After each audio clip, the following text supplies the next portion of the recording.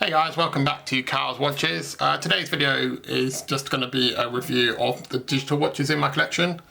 I do also own more analog watches, but one of them is currently out for repair, so I'm going to wait till that comes back from repair before I do a full watch collection video.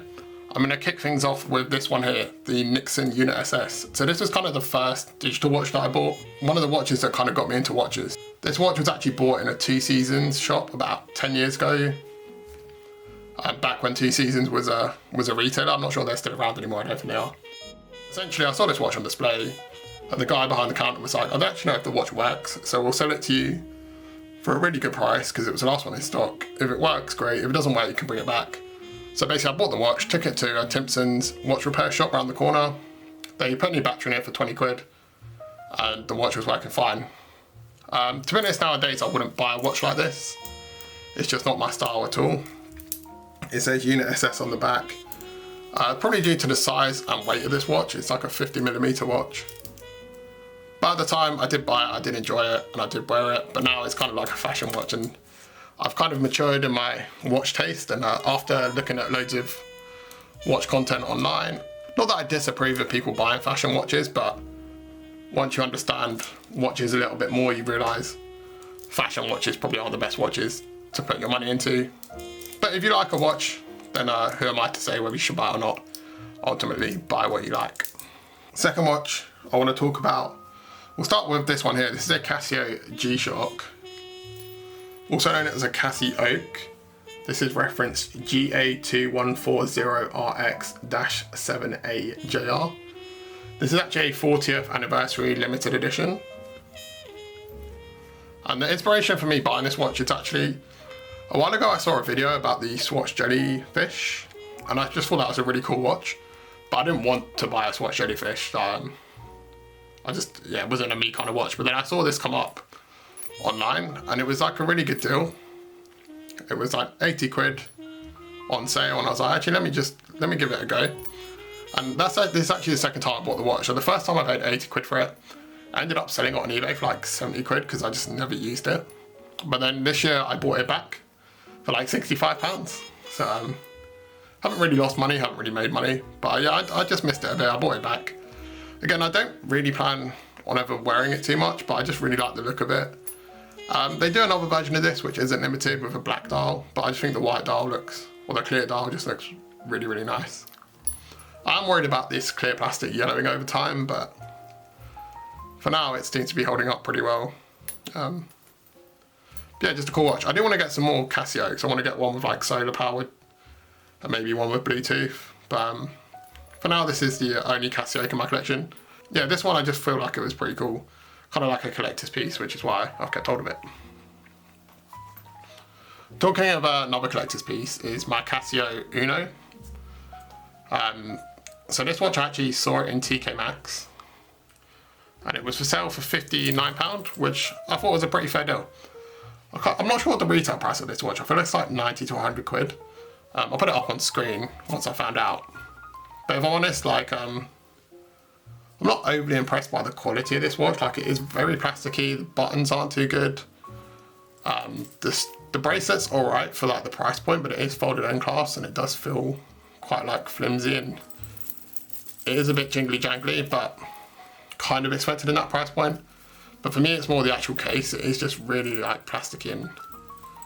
But based on the fact that I'm seeing it trade online for like between 80 to 250 pounds, I don't think it's a bad piece to have in the collection. And I do think it is a lot of fun, like the whole collaboration with Uno. And this watch does have a cool trick, which is when you push the light button, which I'll show on screen now.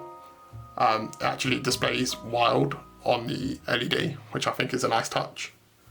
But overall, like, it's not my most favourite of watches really. It's quite comfortable though, but not sure I'd recommend it. There is a bunch of watch collectors as well that say, oh, you haven't got a true watch collection unless you own a Casio. And like, I don't agree with that. Like, before I had Casios in my collection, I didn't feel like I was missing out. And even now that I own a Casio, I don't feel like I was missing out before, and even now after owning them. Next up is this here. This is the Casio ring. So this is like a tiny G-Shock. Honestly, it's a bit of a pain to use. Like, the buttons are really hard to press, even without gloves on. If you're wondering why I wear gloves in my video, it's not because I'm precious about the watches, it's just so that I don't leave fingerprints all over them when you've got them on camera, because I feel like that just, it gets a bit distracting. And when you've got gloves on, you can kind of just light the top of the watch face and it just stays looking clean. But yeah, the ring watch is okay. It's basically I bought this like a couple of weeks ago. I saw it 2 months ago originally in the Casio shop in London, and it was there. They had this one, the red one, the yellow one, and they had the gold one, the gold steel one. And then I went back 2 weeks ago because it was in my head for like the last 2 months since I saw it, and I was just like, let me just buy it. Maybe I'll wear it, maybe I won't. I haven't really worn it out yet. Yeah, it's a nice little watch, but for 80 quid, like, you're not getting a lot for your money really. If you're in the Casio shop in London, definitely go try it on if you can, if they're in stock. And if you find it comfortable and you like it, then yeah, I'm sure you'll enjoy it. And then the last watch in my collection, this is the last watch in my digital watches collection, and by far my favourite watch. And this is one that I do wear quite regularly. This is the Seiko Rotocall. And this is a very special edition. This is the Godard. They only made 300 of these, and this is serial number 8. So this is number 8 of 300. And I had to get this imported from Japan because they don't sell it in the UK. It was only available in Japan. Interestingly as well, even though I bought it from Japan, including import fees, I basically paid the same price for this as I would have paid for a regular Rotocall had I bought one in the UK. So overall, like, I feel like I've got a decent deal. That said, I do think the retail price for a Seiko Rotocall in itself, it is quite expensive. Like, they are quite expensive watches, but they are really, really well thought out. And they're famous for actually going to space. There's a cool story behind that I'd recommend checking out if you don't know it already. But yeah, so you've got time, spin the bezel, you've got time set, then you've got the timer, you've got a counter, so like if you're a bouncer or someone, you can literally count people walking in and out of your establishment. Then you've got stopwatch, dual time, daily alarm, single alarm, and back to time. The bezel's cool. I'll be honest, it's not fully refined. Like, it's not the easiest bezel to twist, and there's not a great click either when it does twist. So I'm going to keep quiet just while I'm twisting it so you can try and listen out for the click.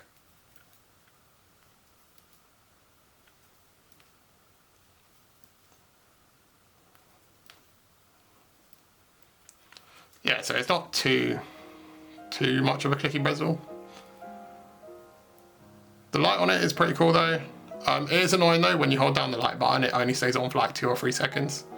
And then it goes off again. I would like it if you held down the light button and you had an option just to keep the light on while it was held down. But they don't give you that, which is unfortunate, but it's only a minor detail. Like, I don't often use the light feature anyway. I find that other than at night time, the display is pretty much as bright as I ever need it to be. The bracelet as well is pretty good. Like, not the best bracelet in the world, but it's fine. But it is a really small wearing watch. Like, if you compare it to the Casio, you can see it's clearly so much smaller. The reference for this Seiko is SBJ G025, and that is the Godard version. But yeah, this is definitely my favourite of the digital watches in my collection.